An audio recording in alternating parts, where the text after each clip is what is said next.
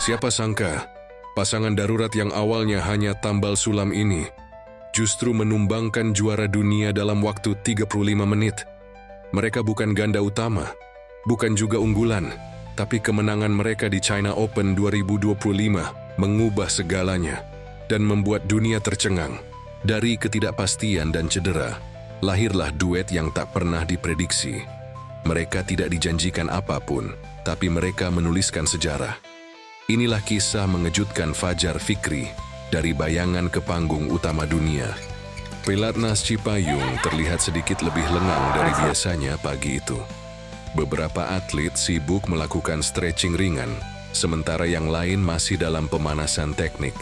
Namun, di tengah kesibukan itu, ada dua nama yang justru menjadi sorotan, Fajar Alfian dan Muhammad Shohibul Fikri. Sebenarnya, tak ada yang menyangka keduanya akan dipasangkan. Fajar dikenal sebagai tandem utama Rian Ardianto, dan Fikri pun biasanya berpasangan dengan Daniel Martin.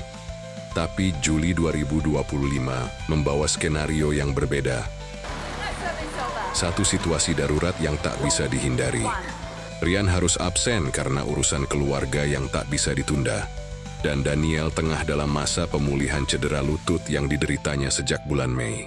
Antonius Budi Arianto, kepala pelatih ganda putra PBSI, terdiam lama di ruang analisis sebelum mengambil keputusan.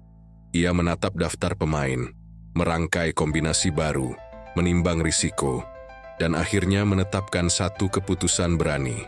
Pasangkan Fajar dengan Fikri, ucapnya singkat kepada tim pelatih. Tak banyak yang berekspektasi tinggi. Pasangan ini hanya cadangan darurat.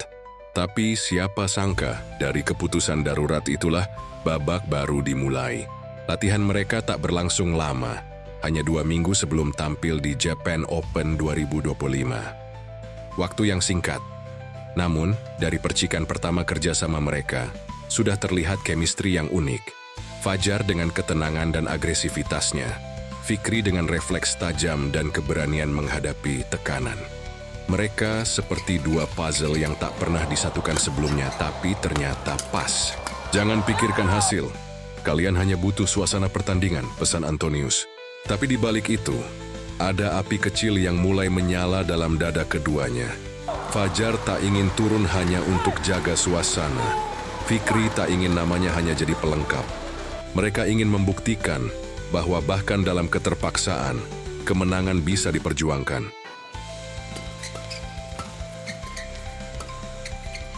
Japan Open menjadi pembuka. Meski baru seumur jagung, Fajar Fikri langsung melaju hingga perempat final.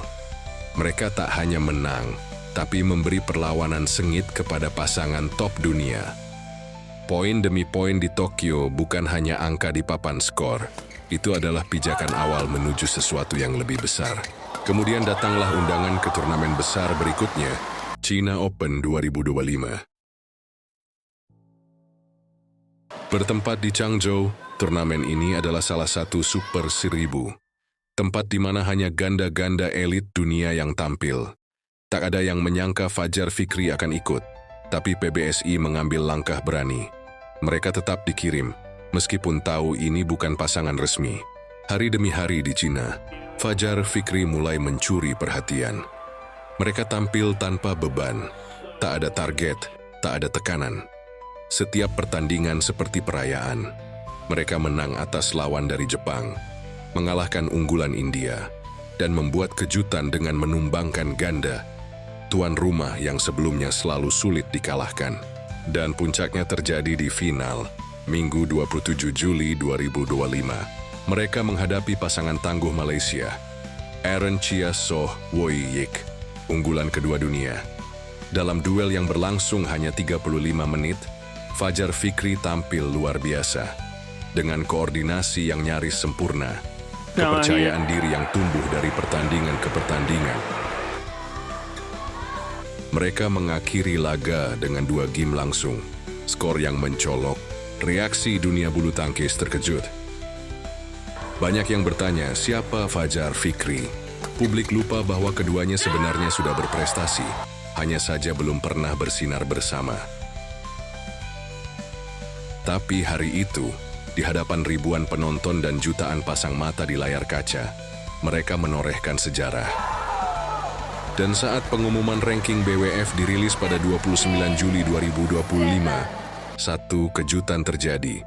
Fajar Fikri melonjak ke peringkat 76 dunia, naik 134 peringkat dalam waktu kurang dari sebulan. Seketika mereka pun masuk dalam daftar top 10 ganda putra Indonesia. Meski nama mereka tengah dielu-elukan, satu kenyataan harus diterima. Fajar Fikri belum tentu akan terus dipasangkan. PBSI tetap berencana mengembalikan keduanya ke pasangan asli mereka. Fajar, Rian, dan Fikri Daniel. Apalagi kejuaraan dunia 2025 akan segera berlangsung pada Agustus, dan tim ingin menurunkan kekuatan terbaik dalam format reguler. Pertama, bahwa chemistry bisa tumbuh bahkan dalam kondisi darurat. Bahwa kerjasama tidak hanya dibangun dari waktu, tapi juga dari tekad, saling percaya, dan komitmen untuk saling mengangkat. Kedua, bahwa bulu tangkis Indonesia masih memiliki kedalaman. Di luar nama-nama besar, ada banyak potensi tersembunyi yang hanya butuh satu kesempatan untuk bersinar. Ketiga, bahwa pencapaian kadang datang saat kita tak mencarinya. Ketika satu niat kecil seperti menjaga suasana pertandingan berubah menjadi ledakan besar yang mengguncang dunia. Dan terakhir, bagi Fajar dan Fikri sendiri, ini lebih dari sekadar gelar. Ini adalah bukti bahwa mereka bisa, bahkan tanpa pasangan utama mereka.